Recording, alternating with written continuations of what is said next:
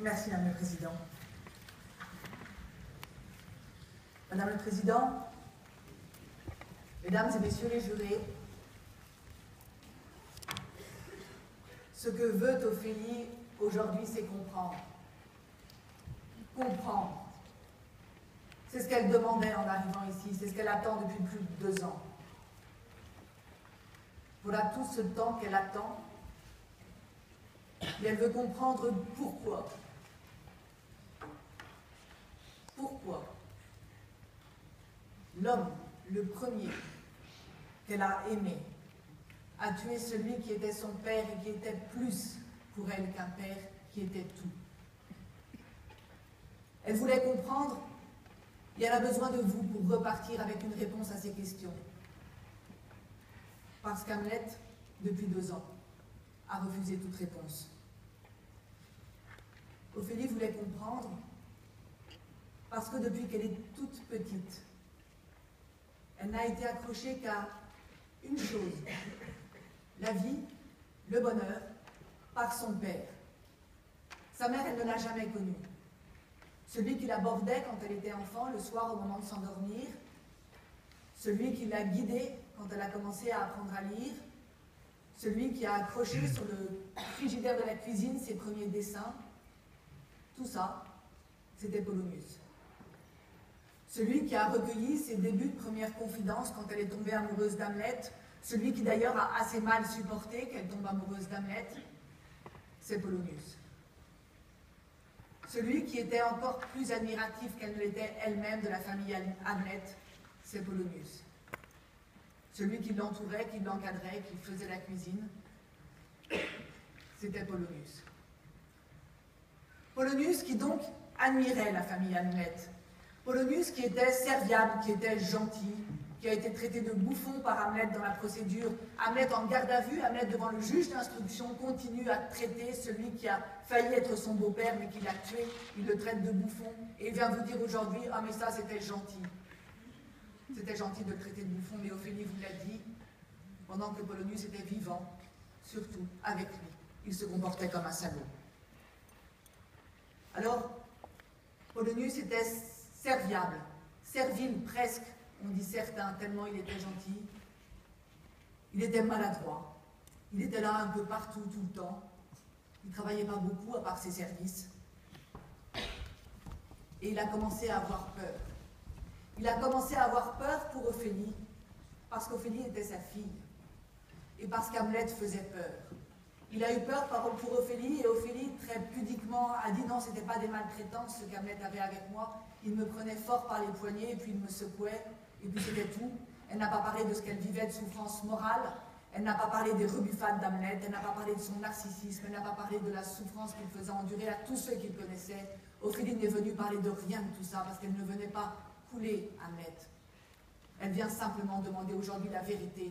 Elle vient demander qu'on lui rende justice, qu'on rende justice à son père. Alors, quelle est la manière qu'Hamlet a de se défendre? Hamlet simplement ment. Il vient vous dire « J'ai voulu tuer un bruit ». Parce que dans le cadre de la procédure, devant le juge d'instruction, devant la police, il avait dit simplement « J'ai voulu tuer un rat, j'ai cru qu'il y avait un rat ». Et puis il s'est rendu compte au fur et à mesure de cette audience que ça ne tenait pas. On ne tue pas un rat avec un couteau comme ça, on peut tuer un rat à la limite s'il est acculé entre un frigidaire et un meuble.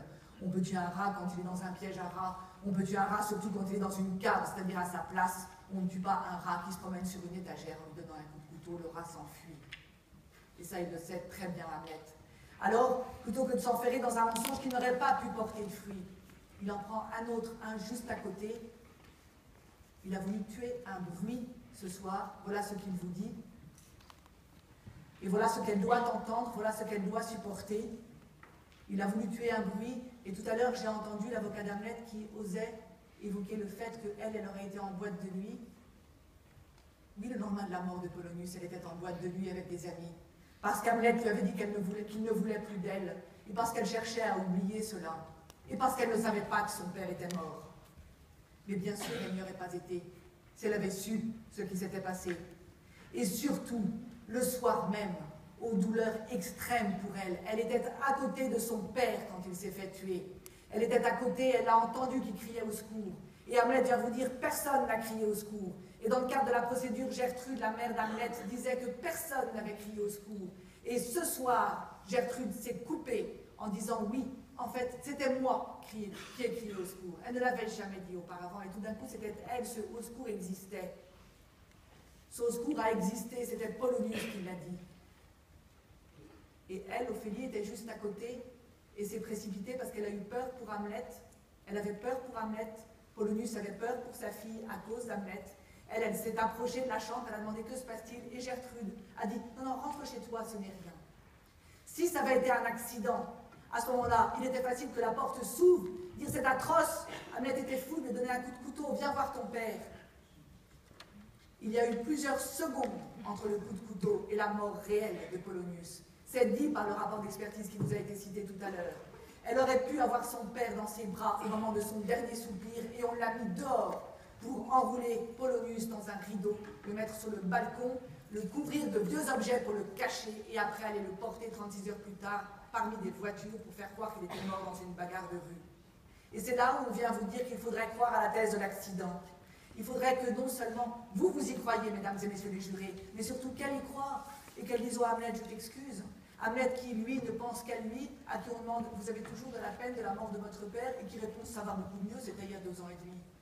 Elle aussi, ça fait 2 ans et demi qu'elle a perdu son père. Elle, ça va pas beaucoup mieux. Alors, Hamlet a menti, Hamlet a raconté n'importe quoi au sujet des rats, n'importe quoi ce soir au sujet du bruit. On vient vous parler maintenant d'une petite lumière rose qui n'avait jamais existé dans le cadre de la procédure, et dans cette pénombre, rien n'aurait été visible. Simplement un homme d'1m76 de 80 kg qui se glisse entre un rideau et des étagères, ça se voit. Et les 50 cm de morceaux de jambes qui dépassent, ça se voit. Et des baskets orange fluo, ça se voit. Et tout ça, Hamlet l'a vu, et son coup de couteau, il l'a donné volontairement. Alors que consciemment, il pensait, tiens, je vais tuer le père d'Ophélie, ça non. Mais que oui, il est voulu tuer, ça oui. Et c'est Ophélie qui demande une seule chose, qu'on vienne reconnaître cela. Parce que Hamlet vient vous dire que la prison, c'est très dur. Ah oui, c'est très dur, 1 an de prison, 10 ans de prison, c'est très très dur. Mais on reste vivant. On est vivant en prison. Quand c'est le printemps, on entend encore les oiseaux qui chantent, ils sont un peu loin, mais on les entend. Et puis un jour, on sort. En prison, on peut se soigner, et vous l'a dit, regardez comme j'ai été bien soigné en prison. La prison, c'est atroce. Mais la prison, c'est moins atroce que la mort. Et Polonius est, lui, dans son tombeau pour toujours. Et Ophélie est seule. Elle est seule, sans père, sans mère, sans amour, sans frère, elle n'a plus rien. Ophélie s'en remettra. Ophélie s'en remettra parce qu'elle a du courage, parce qu'elle croit en la vie, parce qu'elle croit en vous, parce qu'elle est venue aussi en quelque sorte déposer son destin entre vos mains en venant témoigner, en ayant le courage d'être partie civile, parce qu'elle aurait pu partir loin et ne pas venir dire sa peine, et ne pas venir dire ce qu'elle savait, et ne pas s'exposer une nouvelle fois à ses mensonges et à ses calomnies. Mais elle est venue. Elle est venue et elle vous fait confiance. Elle est venue, elle vous demande ce soir la justice et la vérité et l'apaisement.